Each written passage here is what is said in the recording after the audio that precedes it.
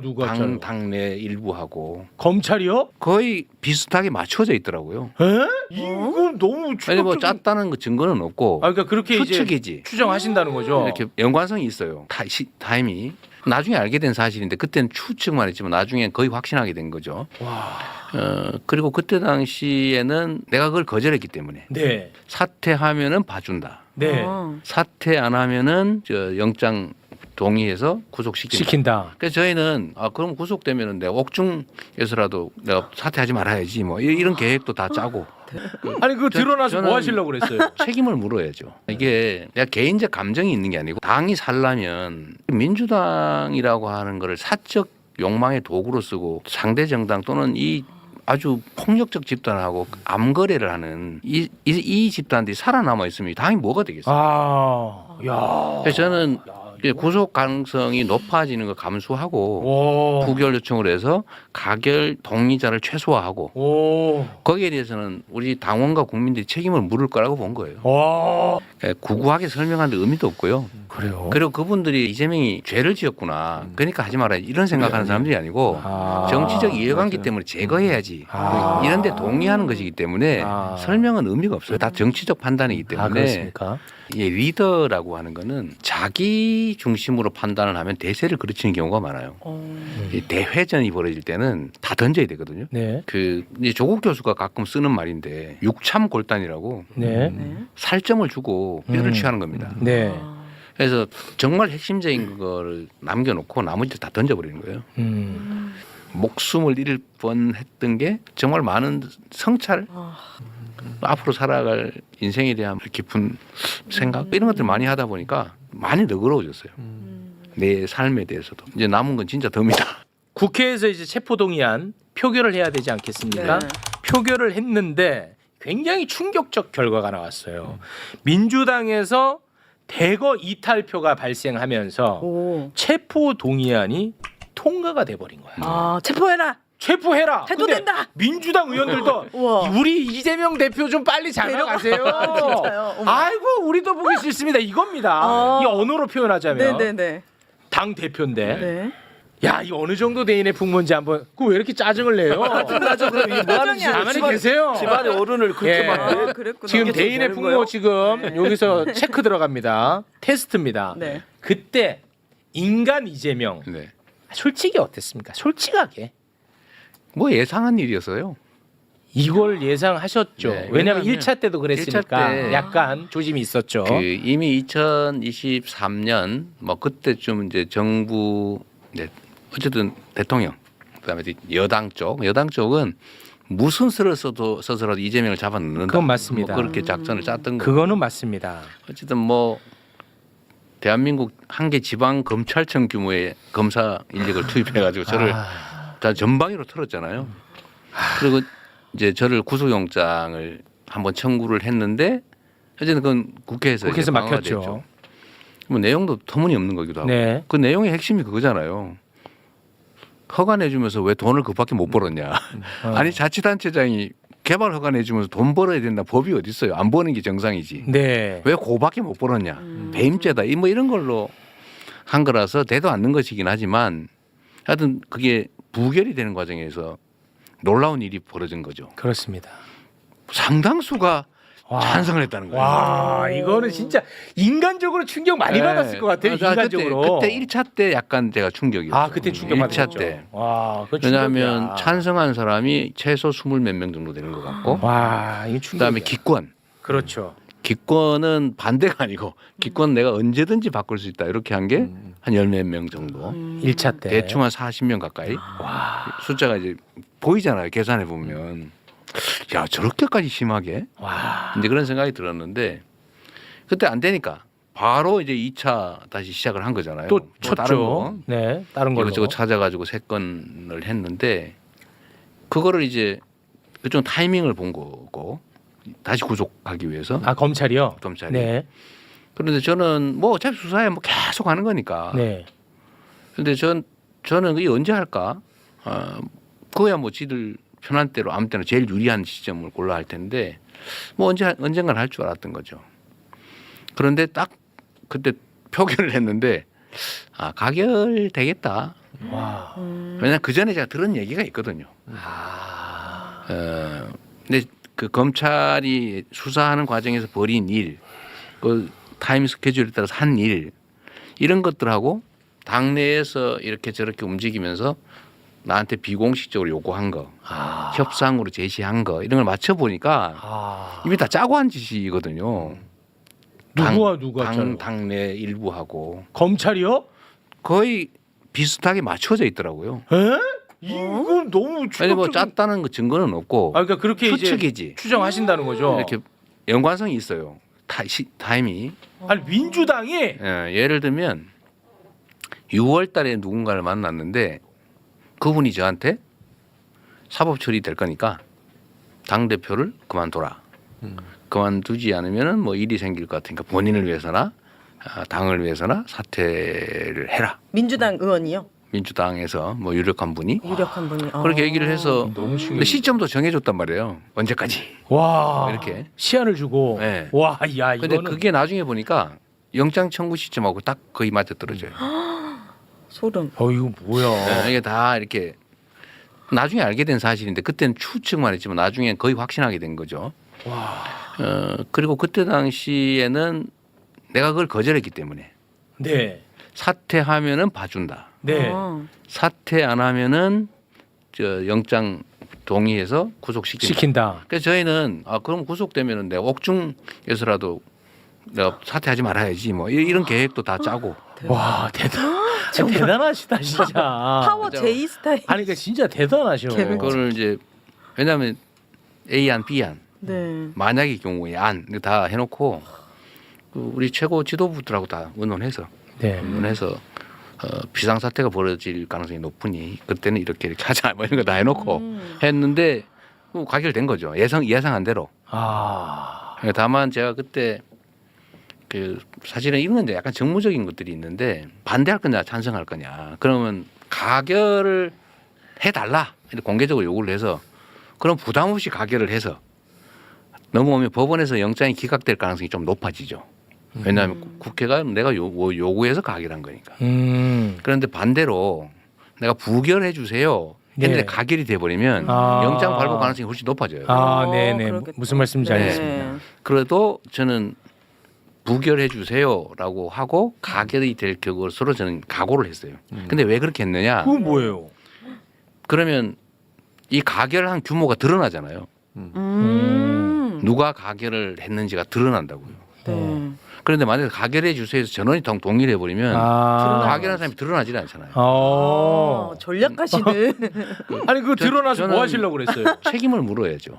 책임을. 이게 내가 개인적 감정이 있는 게 아니고 그건 아니고. 당이 살려면 이게 민주당이라고 하는 거를 사적 욕망의 도구로 쓰고 상대 정당 또는 이 아주 폭력적 집단하고 암거래를 하는 이 집단들이 살아남아 있으면 당이 뭐가 되겠어요? 야. 그래서 저는 구속 가능성이 높아지는 걸 감수하고 부결 요청을 해서 가결 동의자를 최소화하고 거기에 대해서는 우리 당원과 국민들이 책임을 물을 거라고 본 거예요. 진짜 그렇게 생각하신 거예요? 사실은 우리 같이 상의한 사람 다 있어요. 와. 그래서 결국 그렇게 됐죠. 그렇게 됐죠. 제가 그들을 구체적으로 제거하지 않았지만 네. 결국은 행위에 당원들이 대해서 했죠, 당원들이. 책임을 물어야 책임을 지는 게 이게 민주적 정당이죠. 아니 근데 그 이탈표 있잖아요. 네. 이 가결을 행사하신 분들. 그분들한테 이 사건을 좀 들여다보라고 설득해 보신 적이 있습니까? 아니 의원님이 나서서 그러니까 대표님이 나서서 설득하지 말고 사건을 들여다봐. 왜 이 말씀을 드리냐면 제가 뭐 특정인 이름은 거론하지 않겠습니다만 대표님을 진짜 혐오하는 누군가가 있는데 그 사람도 대표님 사건에 대해서는 이건 뭐 무죄다. 그리고 이거는 검찰이 다 뒤집어 씌운 거라고 얘기를 합니다. 네, 아무 증거가 없어요. 아니 그렇게 얘기를 해요. 진짜 혐오하는 사람인데도. 그러니까 그렇듯 이 사건만 그냥 좀 봐달라. 이렇게 설득한 적 없습니까?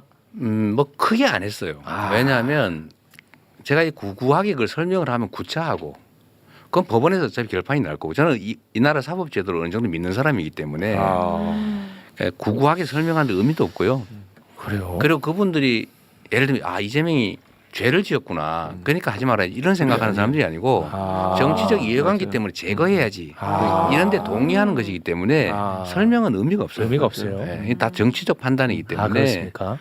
근데 결국은 뭐 좀 이따 얘기를 하실지도 모르겠지만 총선에서 그게 다 드러나 버렸고 정리가 됐죠. 그리고 하필이면 그 시점에 그 논란이 있던 시점에 소위 민주당의 의원 평가가 이루어졌어요. 그 시기가 그거 하는 시기예요. 네. 네네. 이게 겹쳤어요. 네. 아. 그 겹치는 바람에 그 가결했던 것으로 의심을 받은 사람들이 당원 여론조사, 지역 구민 여론조사, 의원들 간의 상호 평가 이런 데서 엄청나게 감점을 받아버려 가지고 그래서 그 평가가 많이 낮아진 측면이 있습니다. 아. 제가 우리가 일부러 뭘 한 게 아니고 그러니까 이재명의 사감으로 한 것이 전혀 아니라 아니고 시스템에서 진짜 했는데 네. 그게 맞아 떨어져 버린 거예요. 아. 제가 총선 공천 과정에서 당이 엄청나게 많은 교체가 이루어졌는데 후보 교체가 이루어졌는데 소위 배제한 사람이 7명밖에 없어요. 그것도 나름 이유가 있는 사람이 4명이고 그냥 정부적 판단으로 배제한 사람은 3명인가밖에 안 됩니다. 나머지는 다 경선했는데 네네. 당원들이 다 가려내 버린 거죠. 그 신기하다. 체포 동의안 때 얘기를 하면요. 네. 이 대표께서도 좀 알아야 될 게 있어요. 네. 뭐죠? 뭐예요? 이재명 지지자 하기가 왜 이렇게 힘드냐. 왜요? 속이 그건 맞습니다. 터지는 맞습니다. 한두 번도 아니고 이거는 거의 미쳐버릴 것 같은 그 불안과 아슬아슬함이 계속되니까 정말 나중에 지치는 거예요. 끝없이 이 양반 재표 들어가서 다 끝장나나? 뭐 하여튼 매번 이러는데 그때는 그거 정말 너무 힘들었던 기억이 나는데 최대 위기였죠. 정치적으로. 네. 근데 이제 그런 저런 걸 다 거쳐서요. 저도 이제 민주당의 역사를 이 외부인이지만 그래도 공부를 통해서 안다고 생각을 하는데 오너십을 가진 당대표 정당이 두 번째예요. 김대중 때 한번 내당이라고 할 수 있는 정도의 오너십. 지금은 뭐 일극 체제니 뭐니까 다 마음대로 떠들라고 해도 돼요. 아, 또 오너십도 그 언론에 그렇지. 이것도 아니, 큰일 날 수가 있어요. 그런 말씀하지 마요. 아니 어떤 것은 오너십은 빼. 편집, 어떤 편집. 것은 편집 아니 편집 말고 오너십 빼. 어떤 안 돼, 것은 하면 안 돼. 대꾸하지 말고 흔들지 마. 왜냐하면 임기 후에 간다는 거 다 아니까. 그러니까 지금 정도의 당 장악력을 가진 건 놀라운 일인데 네. 여러 요인이 있을 거예요. 그중에 핵심이 뭐라고 생각하세요? 일단 당원 중심 정당이 된 것이고요. 이 나라가 민주공화국이라고 하면서도 사실은 민주적이지 않았던 때가 많아요. 정치인 또는 기득권 세력들이 민주의 이름으로 국민의 이름으로 마음대로 해왔던 측면이 많죠. 서서히 민주주의가 정착돼 가는 과정에서 엉망이 잠깐 되고 있지만 저는 복구할 거라고 보고요.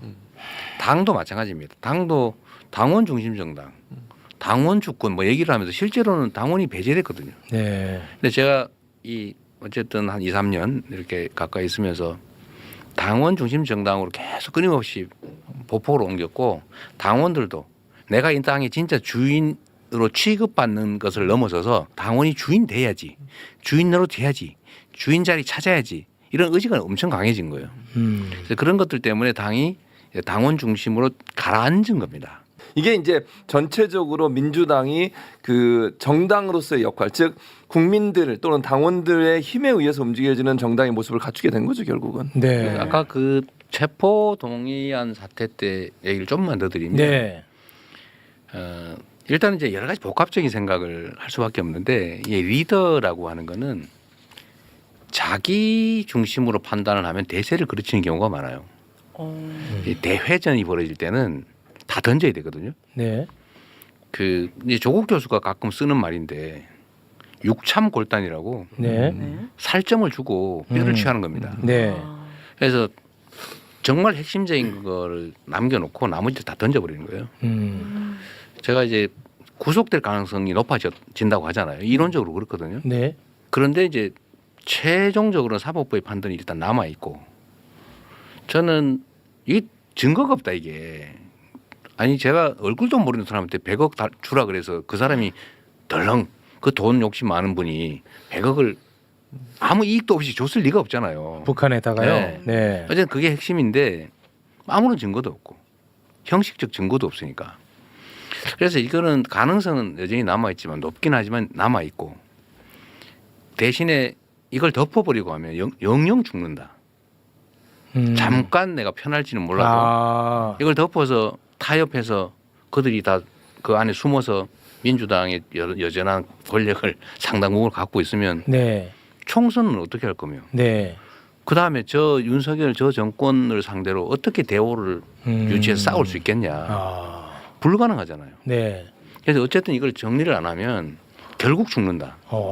잠시 살다 사거리 다 전멸하는 수가 발생하기 때문에 그 가능성이 높더라도 위험을 감수하는 대신에 저쪽을 드러내면 당원들이 골라낼 거고 그러면 제가 일시 제거되더라도 당은 산다. 총선에서 이긴다. 근데 대행체제나 이런 거 다 나름 다 준비해 놓은 거죠. 그래요?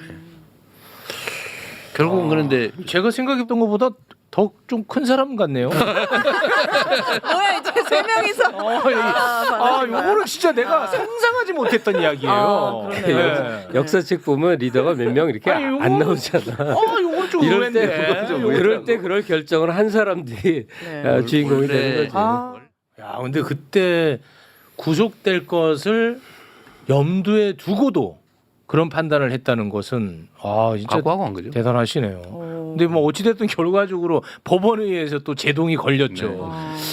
뭐 좀 이상한 표현인데 항상 그 기적 같은 결과가 나타납니다. 원래 그러죠. 와. 흔히는 기적 같은 일이 자꾸 쌓여서 결국은 기적이 벌어지죠. 그리고 또 2024년 1월에 이 얘기는 뭐 길게 하지 않겠습니다. 왜냐하면 우리 대표님에게도 진짜 트라우마일 수도 있고 또 보시는 분들도 또 트라우마일 수도 있으니까 네. 김진성으로부터 이제 피습을 당했습니다.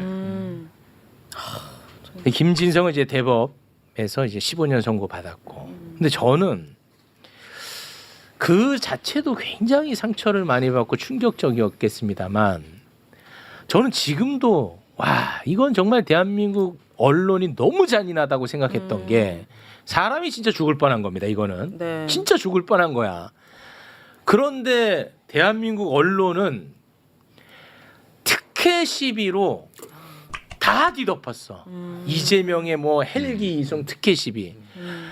당사자가 나였다면 나는 정말 너무 외로웠을 것 같아요. 야, 내가 이 지경인데도 그러니까. 나를 또 공격하네. 와, 이거는 진짜 내가 오갈 데 없구나. 이런 생각이 들 것 같거든요. 네. 어떠셨습니까? 전 뭐 맨날 당하던 일이라. 아니, 근데 이건 너무 심하잖아요. 그러니까요. 이거 너무 심하잖아.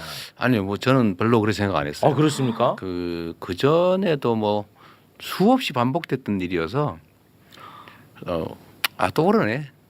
그래서 제가 구직을 해명하거나 그러지 않았고 결정적인 거 그런 거잖아요. 1cm 열상. 이거 사실 자상하고 열상 완전히 다른 거거든요. 네. 날카로운 칼로 펜싱 칼로 찔려봐야 그 들어가는 입구는 몇 센치 안 돼요. 네. 그러니까 깊이 들어가죠. 근데 이거를 열상이라고 살짝 찢어진 걸 젓가락으로 찢어졌다 이렇게 했잖아요. 네. 그런데 그런 거는 어차피 기울어진 운동장에서 이때까지 거의 정치 인생 거의 대부분을 그렇게 살았기 때문에 뭐 또 그러나 보다라고 했는데 그거보다는 제 자신이 많이 변한 것 같아요. 이게 죽을 뻔한 건데 네. 오히려 나머지 삶이 덤이다 이런 생각도 좀 들고 그 순간에 전 죽는다고 생각했거든요. 그렇습니까? 찔려서 누워서 어머나. 갑자기 퍽 해서 그 순간 느낌이 없으니까 맞았나 보다 이렇게 생각하고 넘어져서 목을 잡고 있는데 대표님, 뜨뜻한 게 자꾸 흘러내려요. 찔렸구나. 근데 목을 찔려서 피가 막 흘러내리니까 보통 죽는 거잖아요. 그럼요. 영화 장면도 있고. 그럼요. 그래서 이거를 옆에 있던 사람 보고 세게 눌러라. 이 지혈을 어쨌든 해야 되니까. 무릎으로 이렇게 누르고 있었는데, 근데 이러면서 하늘을 쳐다보니까 그렇게 하늘이 맑아. 그래 맑고, 저게 곧 내 시야에서 사라지겠지. 사라지면 내 삶도 이제 끝나는 거겠지. 이 생각을 하고 있다 이제 가족들 생각도 좀 나오고 그래서 몇 가지 얘기를 하고 있는데 한참인데도 안 사라져요. 하늘이. 네.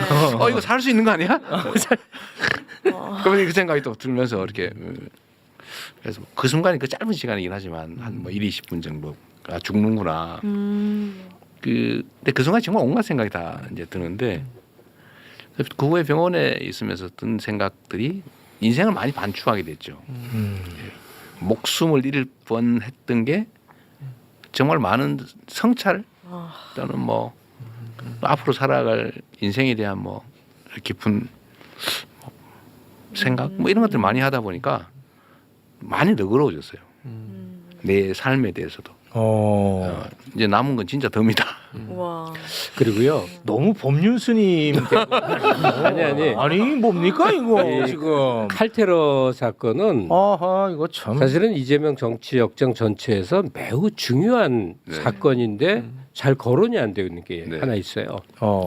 뭐냐면 며칠 전에 이 대표가 이제 대중 연설을 통해서 꽃게밥 될 뻔했다가 살아서 만났습니다 하는 거는 그것도 그 논란이 약간 현실감이 덜한 측면이 있어요. 네. 실제로 노상원 수첩에 의하면 가능한 건데. 네. 죽었죠. 예. 근데 올 그럼요. 그 작년 초 그 칼테러는 어떤 일이냐면 그야말로 그냥 물리적으로 죽을 뻔한 그냥 그 자체 일이잖아요. 맞습니다.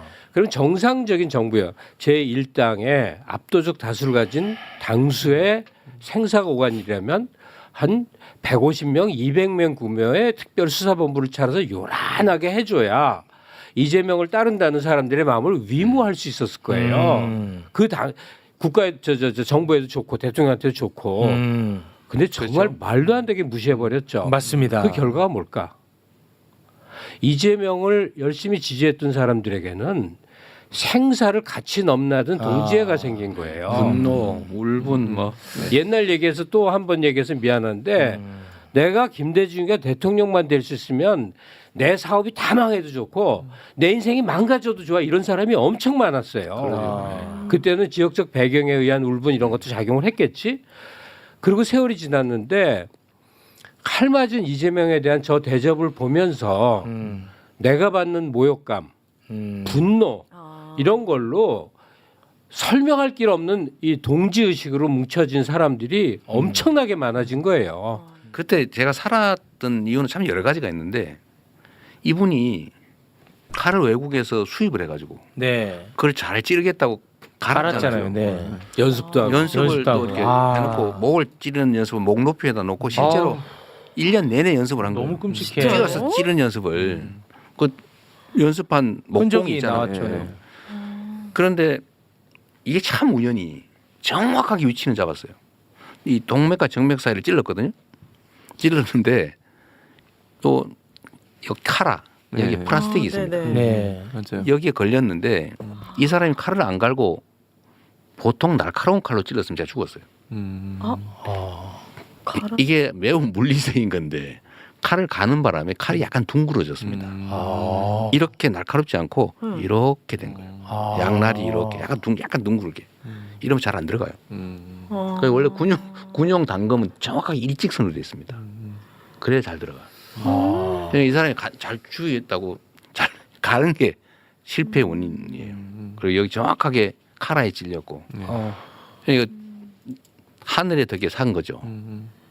이게 달리 설명할 수가 없는데 그러니까 뭐 남은 삶은 하느님이 보호하사 그냥 공짜로 덤으로 받은 거니까 이거 이제 여유가 더 많이 생긴 측면도 있습니다. 진짜 국민의힘이나 이런 사람들 진짜 비열하지 않습니까? 아니 사람이 다쳤으면 모든 의료기관을 다 동원하고 수단과 방법을 다 써서라도 그 사람을 살려내야 되는 거잖아요. 그래야 당연하죠. 아무리 인정받아요. 그러니까요. 네.